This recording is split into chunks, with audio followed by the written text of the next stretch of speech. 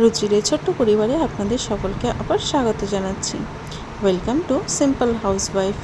এই মেঘলা ভরা দিনে খিচুড়ি খেতে কিন্তু সকলেরই ভালো লাগে, কিন্তু আমি এই বৃষ্টির দিনে আজকে অন্য কিছু ট্রাই করেছিলাম। দেখে আশা করো সকলেই বুঝতে পারছো আমি আজকে কি বানিয়েছিলাম।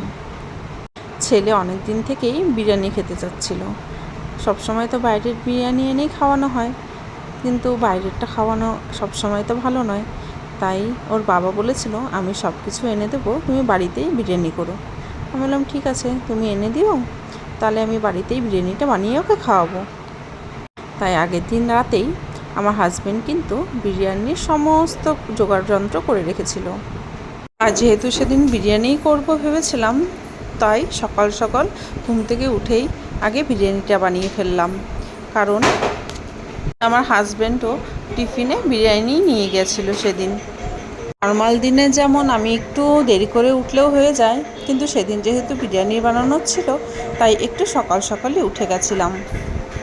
আমার তো বিরিয়ানি বানানো সবথেকে ইজি প্রসেস এটাই লাগে, তাই আমি এভাবেই বিরিয়ানিটা বানাই। তোমরা কেমন আর কী প্রসেসে বানাও আমাকে কিন্তু কমেন্ট বক্সে জানাবে। আর ভিডিওগুলিতে প্লিজ একটু লাইক কমেন্ট সাবস্ক্রাইব করে দিও। আর হ্যাঁ, অবশ্যই শেয়ার করো, কারণ পরিবারটা তো এখনও অনেক ছোট, আরও বড় করতে হবে।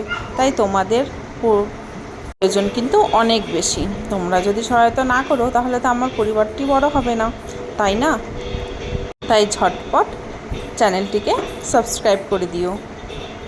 আর আমার বাড়িতে বিরিয়ানি কিন্তু অল্প বানালে চলে না, অনেকটা পরিমাণে বানাতে হয়।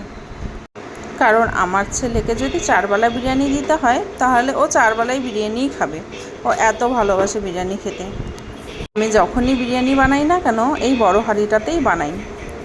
এই হাঁড়িটাতে বিরিয়ানি বানানোটা অনেক ইজি হয়ে যায় আর তাড়াতাড়িও হয়ে যায়, যেহেতু অনেকটা বড় হাঁড়ি। আর বিরিয়ানিটা সুন্দর কাটাও যায়। বিরিয়ানিতে তো আগে বেরেস্তাগুলো ভেজে আমি তুলে নিয়েছিলাম। এখন ওর মধ্যে জল ঢেলে মশলা, লবণ, হলুদ সব দিয়ে, বিরিয়ানি মশলাও দিয়েছি, দিয়ে আলুগুলোকে একটু সেদ্ধ করে নেব। আলুগুলো প্রায় 70%-এর মধ্যে সেদ্ধ করে নিলেই হবে। এরপরে আদা, রসুন আর লঙ্কার পেস্টটা আমি দিয়ে দেব। এটা দিয়ে এটার মধ্যে চিকেনগুলো দিয়ে সুন্দর করে ঢেকে চিকেনগুলোও 70%-এর মতন আমি সেদ্ধ করে নেব। বৃষ্টির ওয়েদারে সবসময় খিচুড়ি না খেয়ে কখনো কখনো একটু অন্য কিছু ট্রাই করাও উচিত। যেমন আমি আজকে বিরিয়ানি ট্রাই করেছিলাম। আর বৃষ্টির দিনে কারা কী কী খেতে ভালোবাসো আমাকে কিন্তু বলবে, আমি অবশ্যই সেগুলো ট্রাই করে দেখব কেমন লাগে। আজ অনেক দিন পর এই বিরিয়ানি বানাচ্ছি। মাঝখানে তো একদম সময় হয়ে ওঠেনি, আর একদম পাইও নি আমি সময় বিরিয়ানি বানানোর মতো। তাই আজ অনেক সময় পরে এই বিরিয়ানি বানালাম।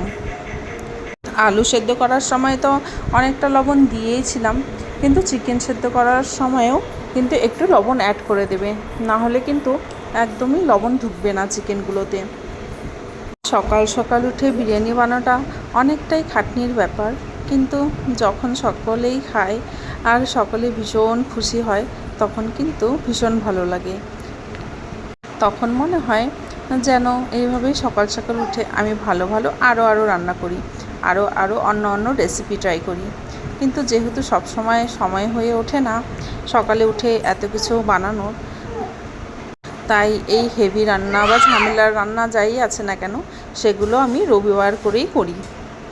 চিকেনটা 70%-এর মতন সেদ্ধ হয়ে যাওয়ার পরে আলুগুলো, তার সাথে দই, তারপর খোয়া, আমি আলু বোখরাও দিই, কিন্তু সেদিনও আলু বোখরা যেহেতু পাইনি তার জন্য আর আলু বোখরাটা দেওয়া হয়নি।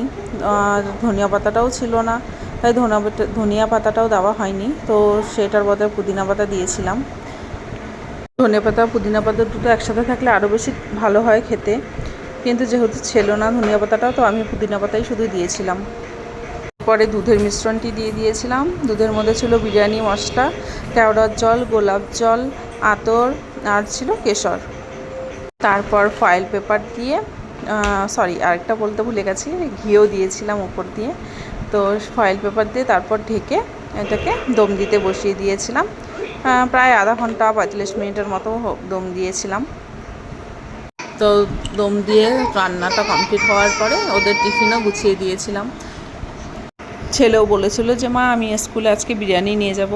আমরা তো জানোই ও বিরিয়ানি খেতে এত ভালোবাসে, তার জন্য আমি ওর টিফিনে বিরিয়ানি দিয়েছিলাম। কিন্তু সেদিনও স্কুলে যায়নি, ওর টিউশন ছিল বলে ও আর স্কুলে যেতে পারেনি।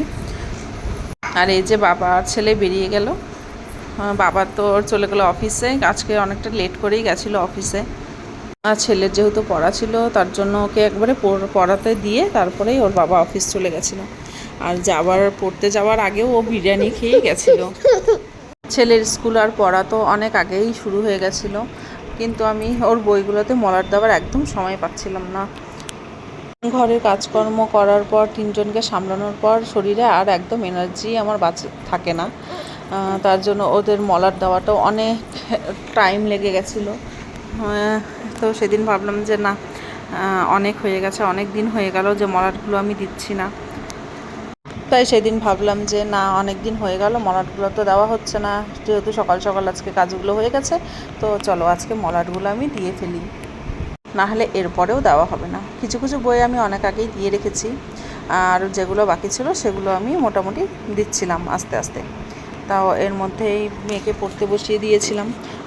মেয়ের যেহেতু এক্সাম চলে আসছে, তার জন্য পড়াশোনাটাও তো অবশ্যই জরুরি, তাই ওকে বলেছিলাম তুই পড়তে বস।